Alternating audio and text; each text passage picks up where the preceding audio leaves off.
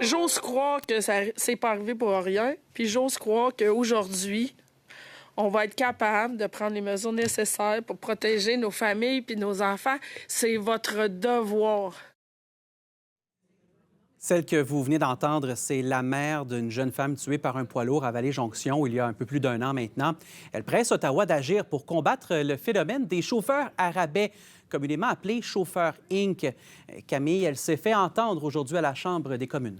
Oui, devant un comité fédéral qui enquête sur les normes et les pratiques de l'industrie du camionnage au Canada. Donc, son témoignage, vous l'avez senti, là, était très émotif, très vibrant. Et là, vraiment voulu secouer, je vous dirais, les députés fédéraux qui étaient présents.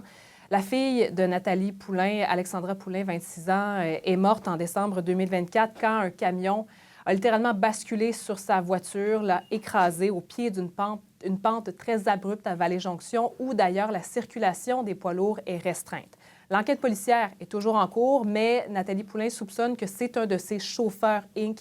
qui était au volant du camion. Ce sont des gens qui sont souvent moins bien payés par les compagnies de transport parce que aussi moins bien formés et qui sont responsables de plusieurs accidents qui sont survenus sur les routes du pays. Donc, Nathalie Poulain croit qu'Ottawa peut agir sur différents fronts, notamment en saisissant les permis de conduire et les passeports de ces chauffeurs impliqués dans des accidents pour éviter qu'ils ne quittent le pays ou qu'ils ne fassent d'autres victimes sur les routes, et aussi en créant un registre national pour les contrôleurs routiers pour que ces contrôleurs puissent savoir si un conducteur, un chauffeur a fait une infraction finalement dans une autre province parce que ces gens-là traversent quand même les frontières, mais en ce moment, ce n'est pas possible de savoir. Donc, le transport, c'est une responsabilité qui est partagée entre le provincial et le fédéral, mais Nathalie Poulain croit qu'Ottawa pourrait prendre plus de responsabilités.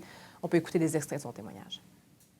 Comme l'enquête n'est pas terminée, bien lui, les policiers n'ont pas le pouvoir de lui enlever son permis de conduire. Fait que quand vous allez partir aujourd'hui là, pour retourner chez vous, regardez les camions à côté, c'est peut-être lui qui conduit.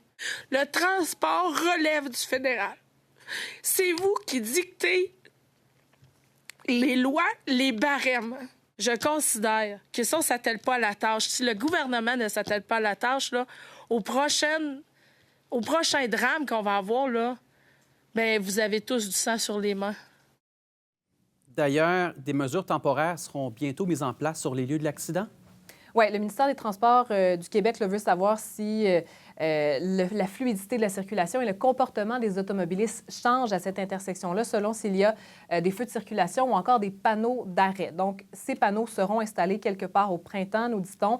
En attendant, il y a déjà 2 caméras de surveillance qui ont été installées sur les lieux pour justement observer le changement des comportements des automobilistes. Nathalie Poulain croit que c'est trop peu comme mesure, mais le ministère des Transports nous dit qu'il attend toujours le rapport du coroner dans ce dossier-là pour mettre en place des changements plus permanents.